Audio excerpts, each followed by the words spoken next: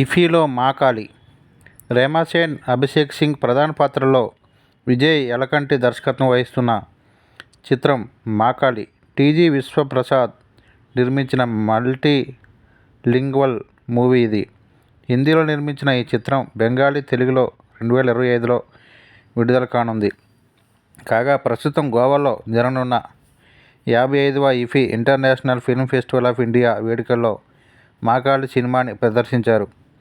ఈ ప్రీమియర్ షోకి గోవా ముఖ్యమంత్రి ప్రమోద్ సావంత్, బెంగాల్ గవర్నర్ ఆనంద్ బోస్, గోవా రాష్ట్ర డీజీపీ అలోక్ కుమార్ హాజరయ్యారు. అనంతరం గోవా ముఖ్యమంత్రి ప్రమోద్ సావంత్ మాట్లాడుతూ మాకాలి చిత్రాన్ని భారతదేశ విభజన డైరెక్ట్ యాక్షన్ డే నేపథ్యంలో తీశారు. 1947లో స్వతంత్రం పొందిన మన దేశం ఆ తర్వాత ఇండియా, పాకిస్తాన్గా మారింది. 1971 నాటికి పాకిస్తాన్ బంగ్లాదేశ్గా మారింది. ఒక దేశం 3 ముక్కలైంది. అయినప్పటికీ భారతదేశం మాత్రమే ఇప్పటికీ రాజ్యాంగాన్ని నమ్ముతుంది. మాకాలి వాస్తవ కథ ఆధారంగా రూపొందించబడింది. డైరెక్టర్ యాక్షన్ డే అనేది మన దేశ చరిత్రలో ఒక బ్లాక్ డే అని తెలిపారు.